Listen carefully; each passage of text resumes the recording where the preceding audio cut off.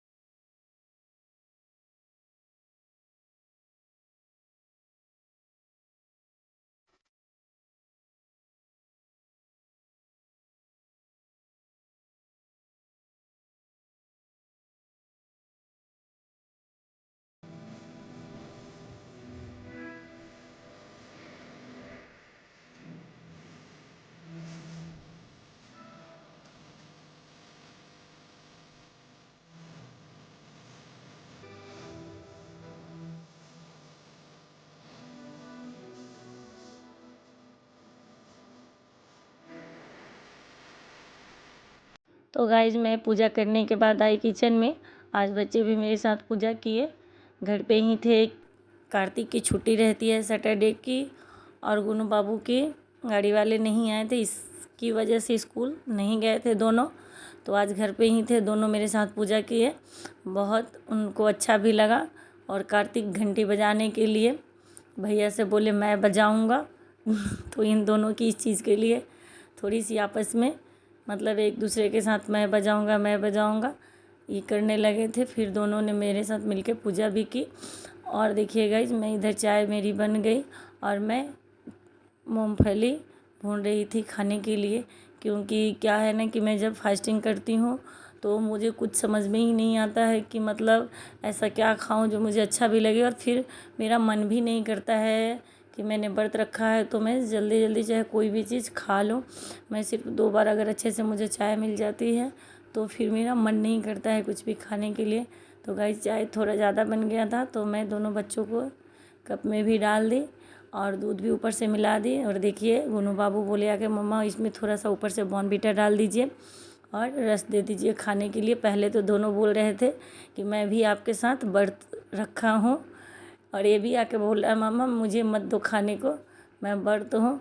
फिर मैंने इन दोनों को डांट के बोला नहीं बच्चे व्रत नहीं रखते हैं, तुम लोगों को खाना खाना है। तो मम्मी अब क्या बनाओगी? मैंने कहा जो मैं अपने लिए बनाऊंगी वो तुम दोनों के लिए ही बनाऊंगी, फिर आप दोनों का भी व्रत हो जाएगा।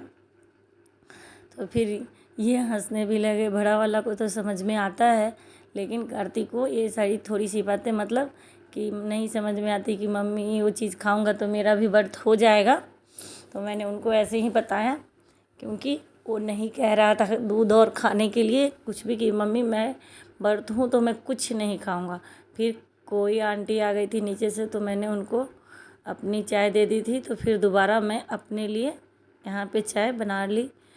आई थी आंटी तो गाइस देखिए, अब मेरा चाय और नाश्ता तैयार हो गया। मैं पी ली और अब जा रही हूँ, कपड़े डाले हूँ बालकोनी में, वो सारे कपड़े उठा के लाती हूँ, फिर थोड़ा सा आराम करूँगी।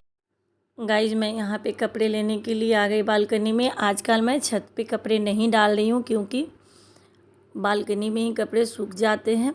और देखिए, मैं सोने भी नहीं गई, पहले मैं कपड़े फ़ोल्ड करने के लिए बैठ गई, क्योंकि मैं कपड़े फ़ोल्ड करके ही सोऊंगी, नहीं तो फिर कपड़े मेरे रह जाएंगे और कल मुझे बहुत सारा काम है, जिसकी वजह से मैं फ़ोल्ड भी नहीं कर पाऊंगी।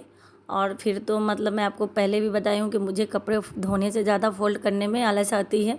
इसकी वजह से मैं कपड़े अभी के अभी ही फ़ोल्ड कर रही हूँ। कोशिश करती हूँ कि जिस दिन मैं धोऊँ सुखाऊँ उसी दिन मैं कपड़े फ़ोल्ड करके रख दूँ।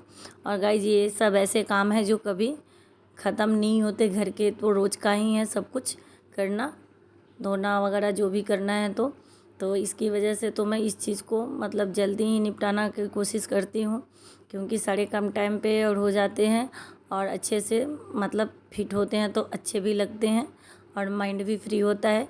क्योंकि ये काम बाकी होता है तो थोड़ा सा टेंशन होता है कि अभी ये करना है ये करना है, इसलिए। और देखिए गाइस मैं बच्चों के कपड़े एक साइड में रख रही हूँ, क्योंकि फिर इनको अलग रखूँगी और अपने कपड़े अलग रख रही हूँ।